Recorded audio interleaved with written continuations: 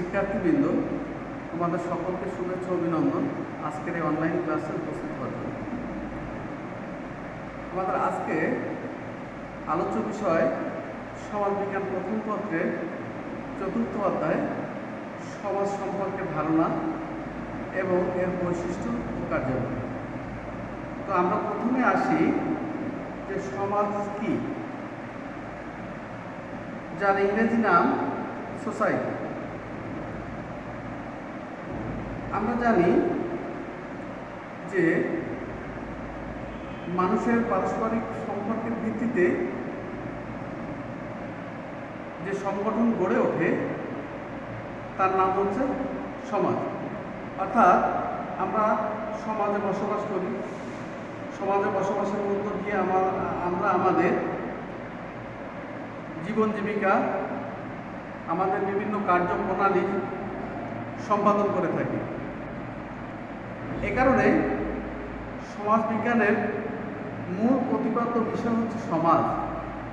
তো আমরা একটু দেখি যে এই সমাজ শব্দটি কিভাবে এসেছে।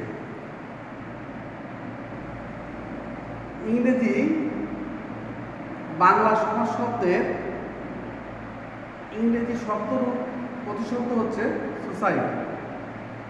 এই সোসাইটি শব্দটি ল্যাটিন সোসিয়াস শব্দ থেকে এসছে, যার অর্থ হচ্ছে সহযোগিতা বা বন্ধুত্ব, এবং এই সোসিয়াস শব্দ থেকে এই হচ্ছে সোসাইটি শব্দটির উৎপত্তি হয়েছে। তো আমরা সমাজ বলতে বুঝি যে মানুষের সুসংবদ্ধ জীবন ব্যবস্থা, যেখানে মানুষ তার উদ্দেশ্য সাধনের জন্য একতাবদ্ধ হয়ে একটা নির্দিষ্ট জায়গায় বসবাস করে। তো আমরা এদিক থেকে সমাজ সম্পর্কে বলতে গেলে এইটুকু সিদ্ধান্তে বা উপনীত হতে পারি যে সমাজ হতে গেলে সুসংবদ্ধ জনসমষ্টি হতে হবে এবং একটা নির্দিষ্ট লক্ষ্য এবং উদ্দেশ্য থাকতে হবে। বিভিন্ন সমাজ বিজ্ঞানীরা সমাজ সম্পর্কে তাদের গুরুত্বপূর্ণ মতামত দিয়েছেন। সমাজবিজ্ঞানী এক্ষেত্রে আমরা দেখি যে সমাজবিজ্ঞানী জিসবার্ড তার ফান্ডামেন্টালস অফ সোসিওলজি, জিসবার্ডের একটা গ্রন্থ আছে,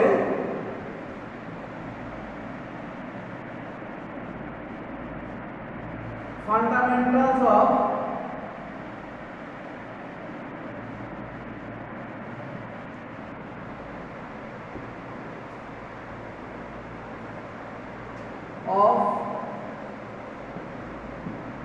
সোসিওলজি।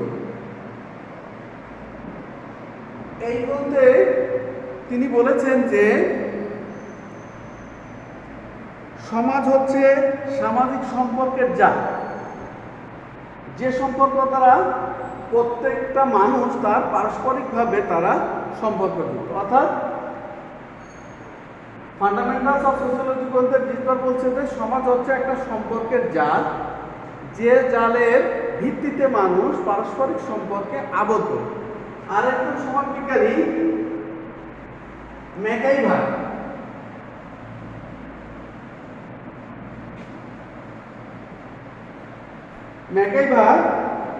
এর মতে সমাজ অর্থ সহযোগিতা, অর্থাৎ কোঅপারেশন। অর্থাৎ সমাজে বসবাসকারী মানুষের ভিতরে একটা কোঅপারেশন থাকবে, সহযোগিতার মনোভাব থাকবে। এটা আবার মার্ক্সীয় ধারণা মতে এইটা আবার সঠিক নয়, বলতে যে সহযোগিতার বিপরীতে সংঘাত বা শ্রেণী সংঘাত বা দ্বন্দ্ব দেখা যায় সমাজে। এ কারণে তার কারণ হচ্ছে পুঁজিবাদী সমাজ ব্যবস্থায় প্রতিযোগিতার কারণে আর্থিক মুনাফা লাভের আশায় কিন্তু মানুষ সমাজে দ্বন্দ্ব বা সংঘাতের সৃষ্টি করে। তো এ কারণে সমাজ বলতে শুধু সহযোগিতা বললে হবে না, সহযোগিতার বিপরীতে দ্বন্দ্ব বা সংঘাতও কিন্তু দেখা যায় সমাজে। আমরা আরেকজন সমাজবিজ্ঞানী সমাজবিজ্ঞানীর নাম উল্লেখ করতে পারি যে তার মতামত সমাজবিজ্ঞানী আর.টি. শেফার। আর.টি. শেফারের মতে তার একটা বিখ্যাত গ্রন্থ আছে সোসিওলজি। সেই গ্রন্থ তিনি বলেছেন যে সমাজ হচ্ছে একটা বৃহৎ জনগোষ্ঠী যারা একই এলাকায় বসবাস করে, যারা তাদের বাইরের এলাকার অন্যের বা অন্যান্য জনগোষ্ঠীর থেকে আপেক্ষিক অর্থে স্বাধীন এবং যারা একটি সাধারণ সাংস্কৃতিক জীবনে অংশগ্রহণ করে। অর্থাৎ ম্যাকাইভার তার আর.টি. শেফার তার সোসিওলজি গ্রন্থে বলছে সমাজ অর্থ হচ্ছে একটা বৃহৎ জনগোষ্ঠী যারা একটি নির্দিষ্ট এলাকায় বসবাস করে, যারা তাদের এলাকার বাইরের অন্যান্য জনগোষ্ঠী থেকে আপেক্ষিক অর্থে স্বাধীন এবং যারা একটি সাধারণ সাংস্কৃতিক জীবনে অংশগ্রহণ করে। আর একজন সমাজবিজ্ঞানী ডেভিড কোপেনো।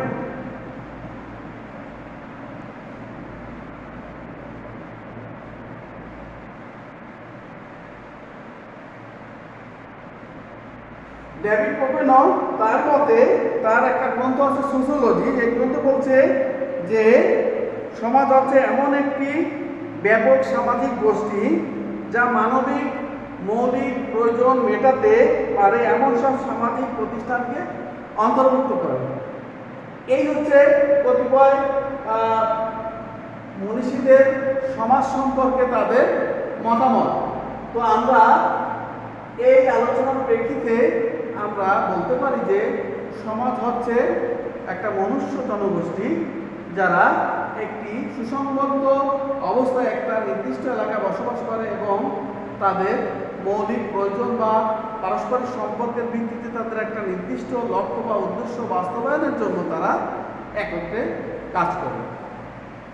এবার আমরা সমাজের বৈশিষ্ট্য এবং কার্যাবলীর দিকে আলোচনায় যাব।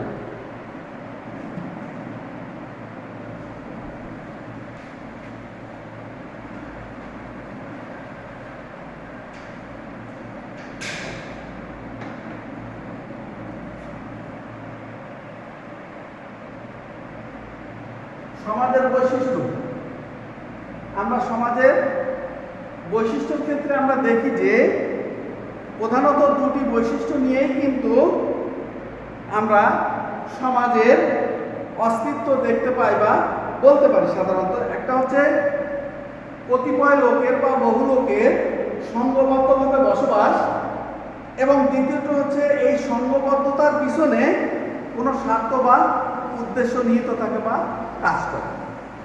এছাড়া আরও কিছু গুরুত্বপূর্ণ বৈশিষ্ট্য কিন্তু এই সমাজের বৈশিষ্ট্যের ক্ষেত্রে আমরা আলোচনায় আনতে পারি। এক হচ্ছে সমাজ মাত্রই কিন্তু একটা নিজস্ব সংগঠন এবং সংহতি আছে। অর্থাৎ সমাজের কিন্তু একটা নির্দিষ্ট গণ্ডি বা এর অভ্যন্তরে বসবাসকারী জনগণের ভিতরে কিন্তু একটা সলিডারিটি, যা বাংলা নাম হচ্ছে সংহতি, এইটা কিন্তু বিরাজমান থাকে। সমাজের মধ্যে সাম্য, একতা বা একে অন্যের বিপদের সাথী বা পারস্পরিক ভাব বিনিময়ের মাধ্যমে কিন্তু এই সমাজের অভ্যন্তরে কিন্তু সংঘবদ্ধ জনগোষ্ঠী কিন্তু বসবাস করে। সমাজ দ্বিতীয়ত হচ্ছে সমাজ স্থিতিশীল নয়, অর্থাৎ একটা অবস্থায় কিন্তু সমাজ অবস্থান করে না। সমাজ পরিবর্তনশীল, অর্থাৎ সমাজ এক অবস্থা থেকে অন্য অবস্থায় কিন্তু পরিবর্তিত হতে পারে। পারস্পরিক নির্ভরশীলতা এবং সহযোগিতার ভিত্তিতে কিন্তু সমাজ পরিচালিত হয়ে থাকে। পারস্পরিক নির্ভরশীলতা এবং সহযোগিতা অর্থাৎ একে অন্যের উপর কিন্তু নির্ভরশীল থাকে। একার পক্ষে কিন্তু সকল কাজ কিন্তু সমাজে সম্পাদন করা সম্ভবপর হয় না। এই জন্য মানুষ কোনো না কোনো কাজের জন্য অন্যের উপর নির্ভরশীল থাকে এবং সহযোগিতার মাধ্যমে কিন্তু সেই কাজটি সমাজে তারা সম্পাদন করে থাকে। এইগুলি হচ্ছে সমাজের গুরুত্বপূর্ণ বৈশিষ্ট্য। সমাজের মধ্যে সাদৃশ্য এবং বৈসাদৃশ্য উভয়ই কিন্তু বর্তমান, অর্থাৎ যে একটা কাজের প্রতি একাত্মতা বা মিল, এবং দেখা যাচ্ছে কি যে অন্য জনগোষ্ঠী বা অন্য সমাজের বা অন্য লোক সেই কাজের প্রতি অমিল তারা খুঁজতে থাকে বা মনে করে যে এইটা থেকে এইটা ভালো, এবং এই কারণে বলা হয়েছে যে সমাজে শুধুমাত্র সাদৃশ্য থাকবে এইটা না, এটার ভিতরে বৈসাদৃশ্য কিন্তু সমাজে উপস্থিতি লক্ষ্য করা যায়।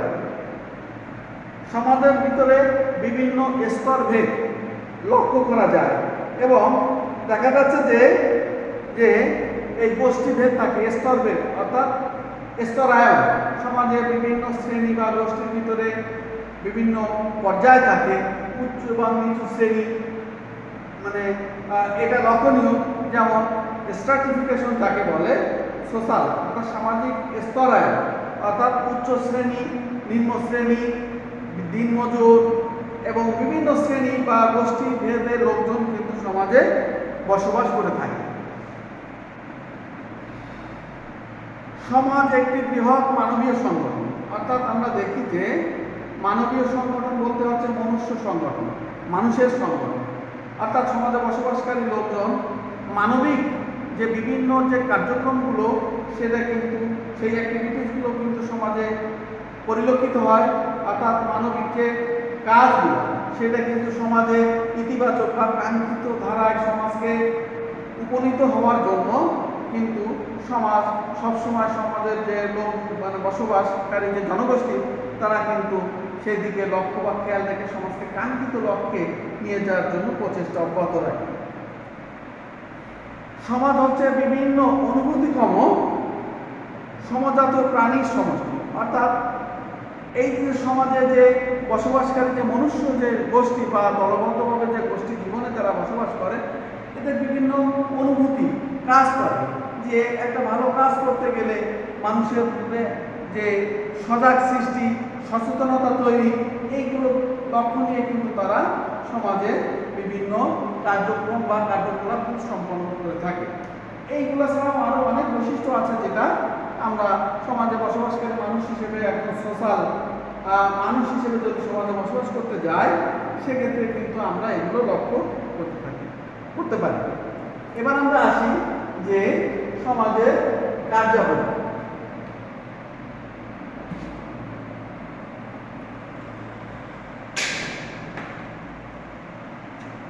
এই সমাজের কার্যাবলী কিন্তু অনেকটাই সমাজের বৈশিষ্ট্যের ভিতরে কিন্তু এর সংজ্ঞা বা এর উত্তর কিন্তু আমরা খুঁজে পাই।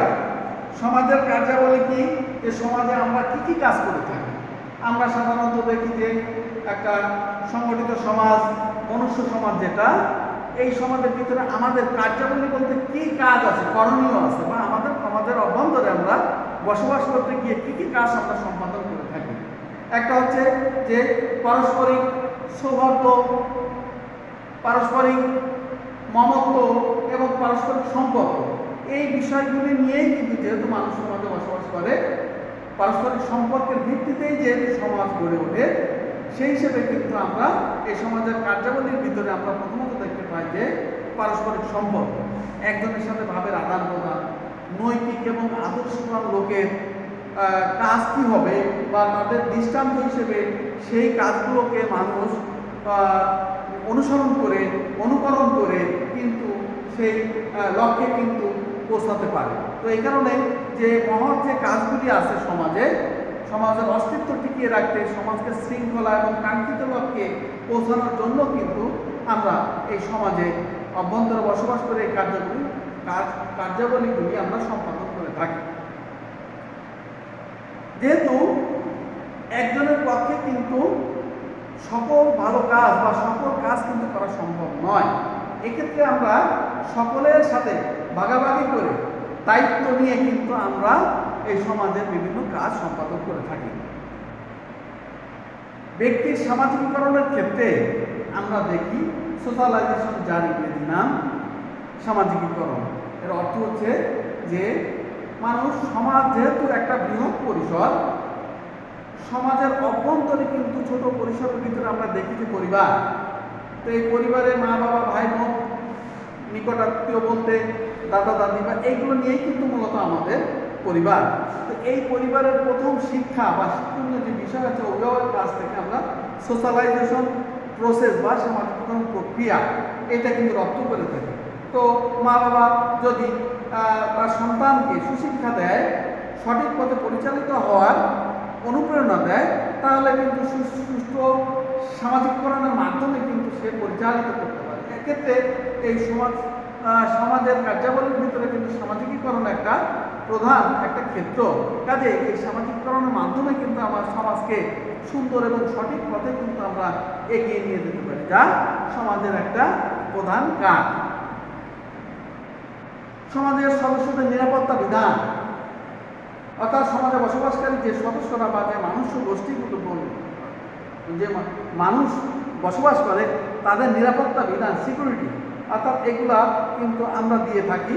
যে বিভিন্ন এর জন্য বিভিন্ন আইন প্রয়োগকারী সংস্থা আছে, সামাজিক কিছু নিয়ম নীতি বা কাঠামো আছে, সামাজিক কিছু আইন আছে, এগুলো ব্যত্যয় ঘটিয়ে কিন্তু আমরা সমাজে বসবাস করতে পারি না।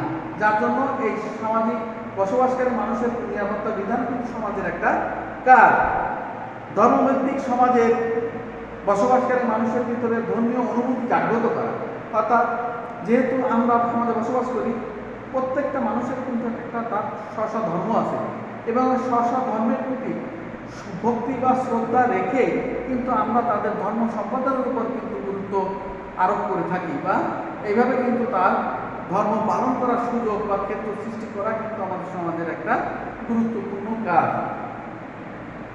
সমাজ ব্যক্তির মধ্যে আদর্শ এবং মূল্যবোধ জাগ্রত করে, অর্থাৎ সমাজে বসবাসকারী মানুষ যারা তারা তাদের আদর্শ বা মূল্যবোধ বা নৈতিকতা এইগুলো কিন্তু জাগ্রত করার অনুপ্রেরণা দেয়। সেই কাজগুলো কিন্তু সমাজে বসবাসকারী মানুষের ভিতরে কিন্তু এই কার্যাবলীগুলো কিন্তু সমাজের মানুষ কিন্তু তারা আয়ত্ত বা রপ্ত করে একটা সুশৃঙ্খল কাঙ্ক্ষিত একটা যুগোপযোগী একটা সুন্দর সমাজ প্রতিষ্ঠার ক্ষেত্রে কিন্তু একটা বড় সহায়ক বা ভূমিকা পালন করে থাকে।